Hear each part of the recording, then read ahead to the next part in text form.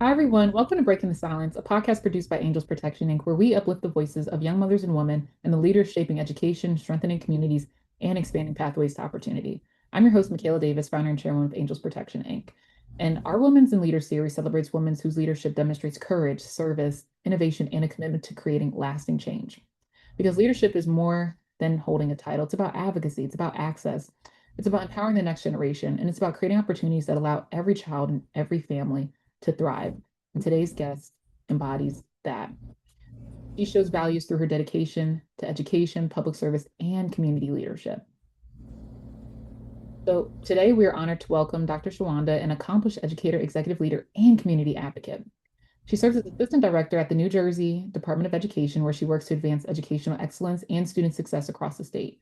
Prior to this role, she served as supervisor of guidance, school counselor, and language arts teacher, bringing decades of experience supporting students, educators, and families.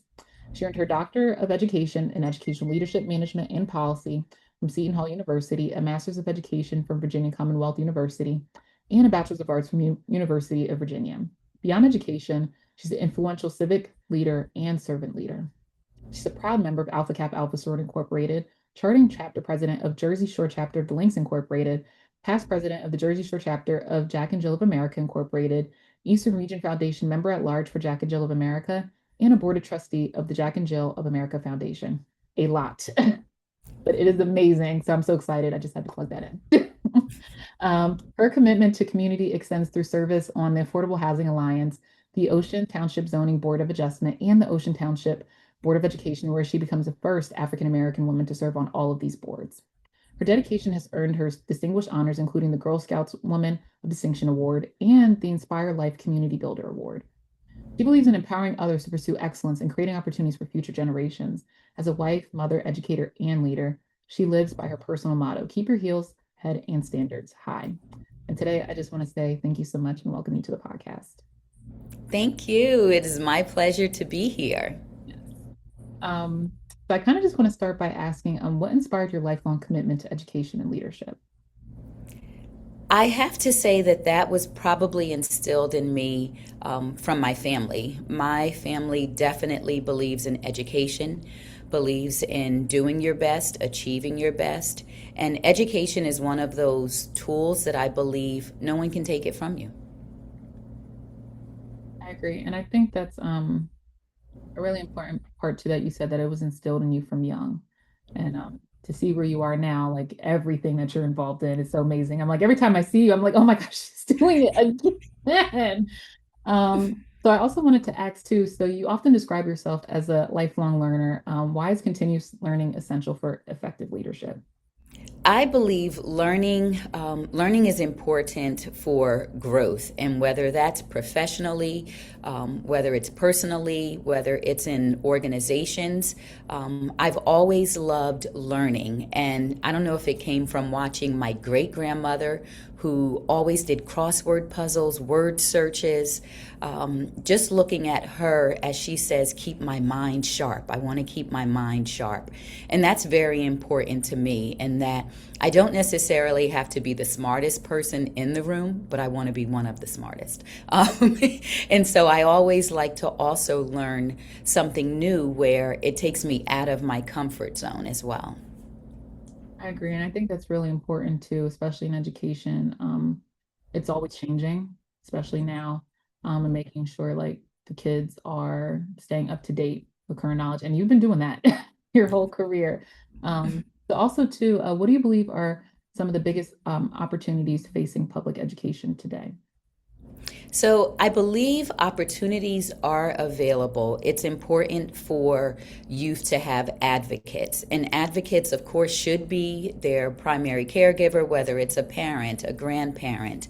But also, it's about the community taking care of youth, and all youth, not necessarily one demographic. So when I look at the state of education, there's two ways to look at it. We can look at it in terms of what's being taken away, but we can also also look at what's currently in place for our youth and build upon that. And there are organizations that support youth development, that support leadership, that support scholarship for our youth. So it's important to make sure that we maintain those organizations that can still help all youth become future leaders.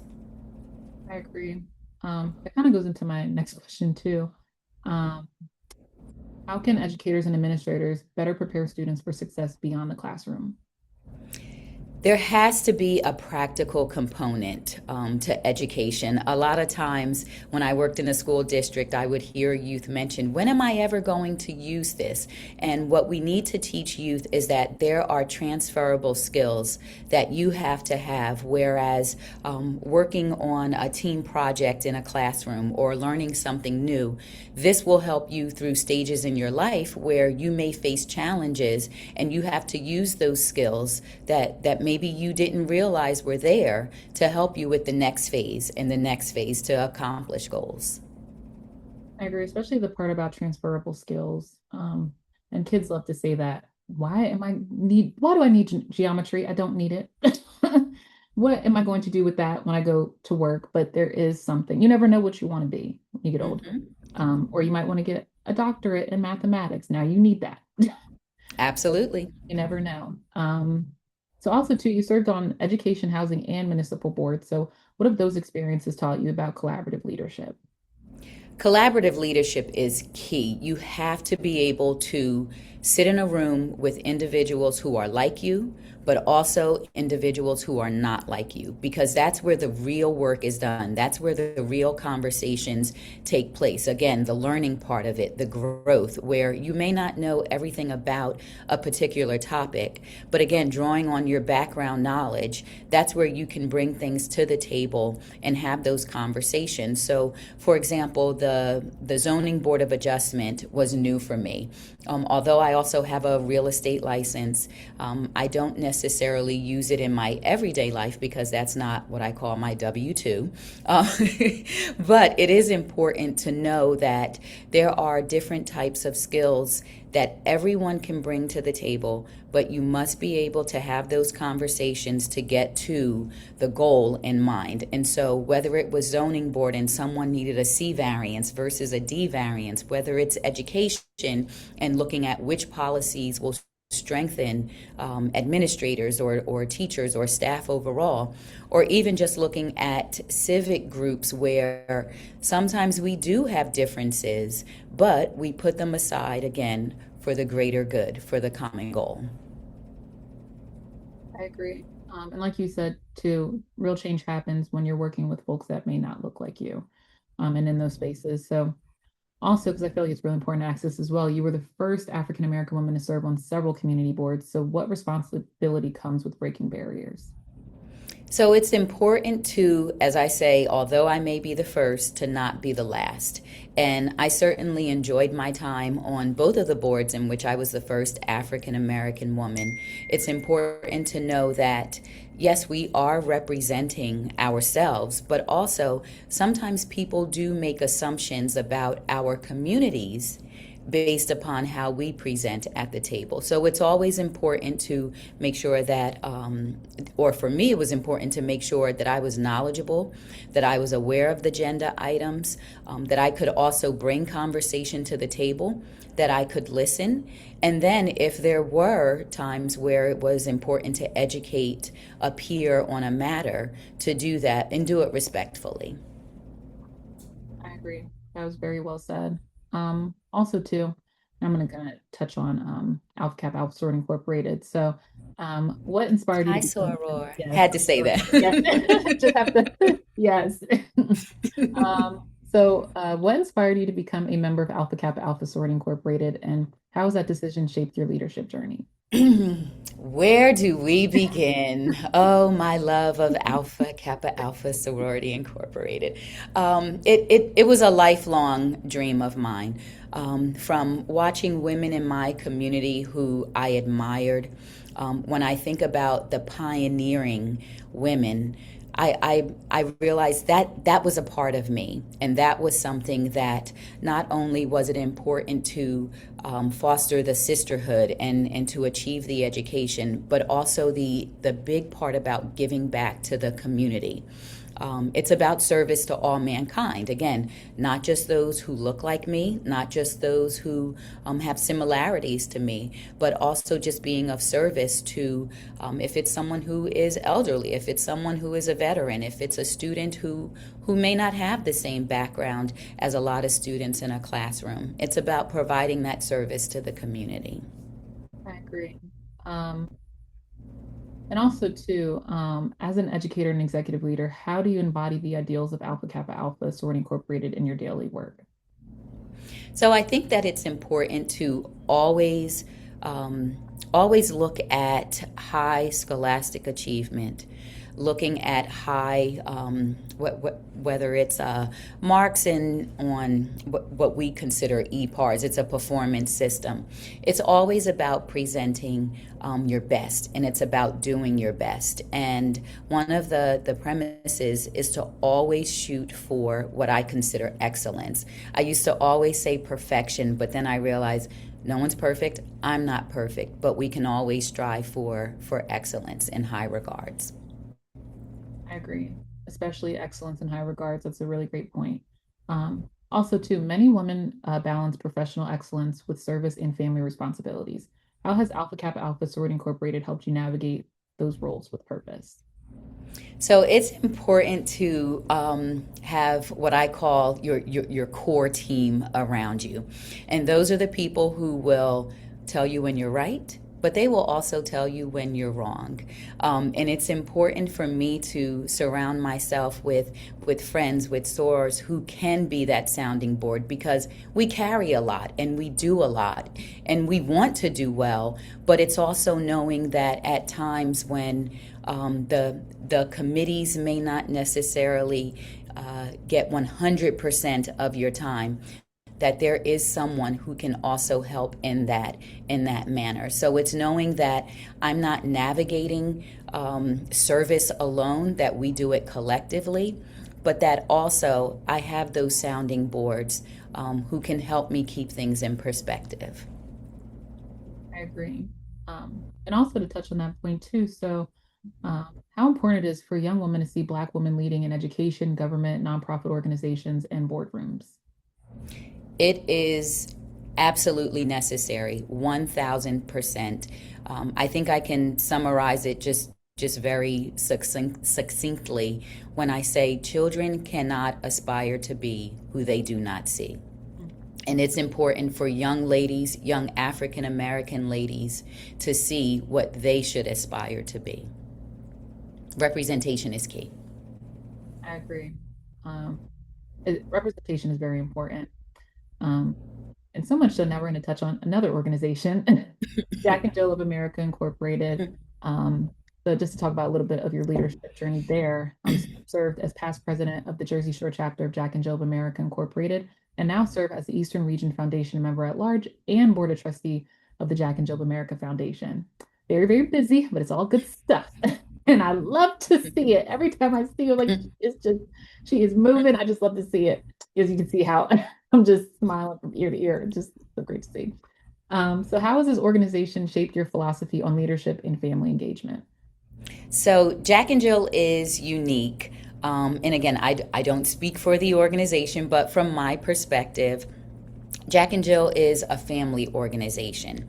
And so it's important for my family to be involved through the different opportunities.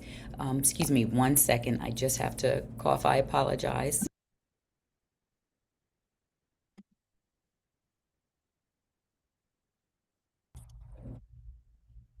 So Jack and Jill is a family organization. And with that, we really try to instill in the youth leadership development. So I oftentimes look at what skills were helpful to me when I was growing up and try to instill those not only in my children, but also in all of the children that I interact with in the organization. The beautiful thing about Jack and Jill is that at a certain point, the mothers hold membership and then the mothers graduate out. And with that, you're able to see the fruits of your labor, so to speak, in your children and other children in the community as they grow and become leaders. And then they go on to different professions, and then that also builds a legacy for their children. I love that, especially the graduation component. I think that's really important.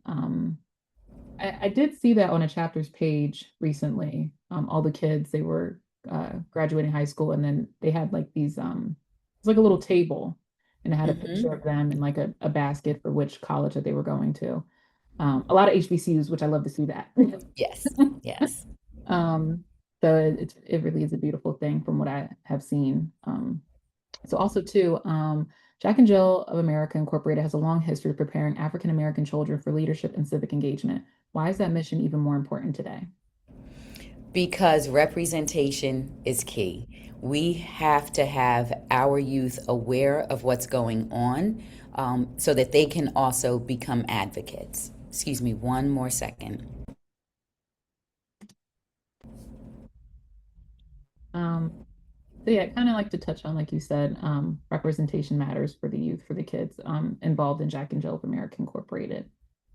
Um, Also, too, wanted to ask, so as a mother yourself, how has parenthood influenced the way you serve families and children through your leadership? So, one thing that I have always looked at when joining in an organization is obviously my love of the organization. Do I agree with the mission and vision of the organization? And is it something where I can pass on a legacy to my children, or my children can also benefit from it? So, again, looking at Jack and Jill, which is a family organization, that was key.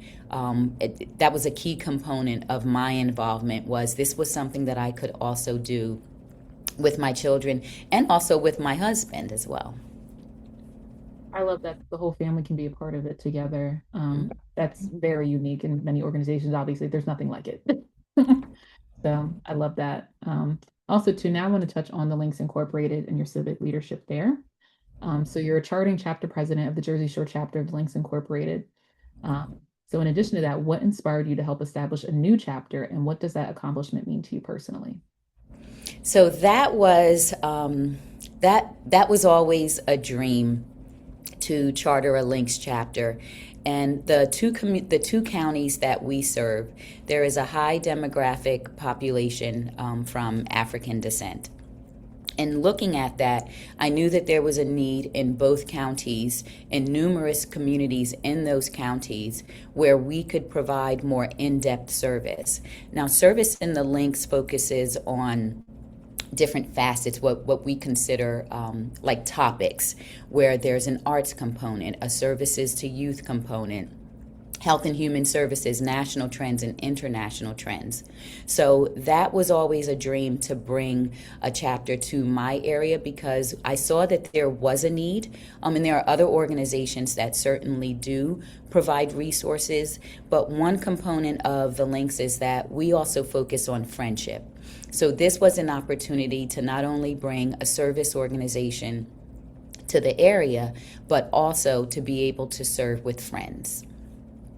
I love that. And I think that's really important, being able to do the work with your friends. Um, it makes it better, it makes it easier, and it's a whole lot Mm-hmm. more fun. Um, so also too, the Links Incorporated has a legacy of friendship and service spanning generations. How do you balance preserving the legacy while creating innovative programming for today's communities? So, one of the components is that we have younger members. And when I say younger, they are in their 20s. And they are key to having a fresh lens. Whereas, although some of us, a little older, might consider ourselves youthful, we also know that it is important to get those ideas from the next generation. I agree. It's good to have a mix of different generations to come together and do the work for the community. Um, Also, too, what advice would you give women interested in joining service organizations and using those platforms to create meaningful community impact?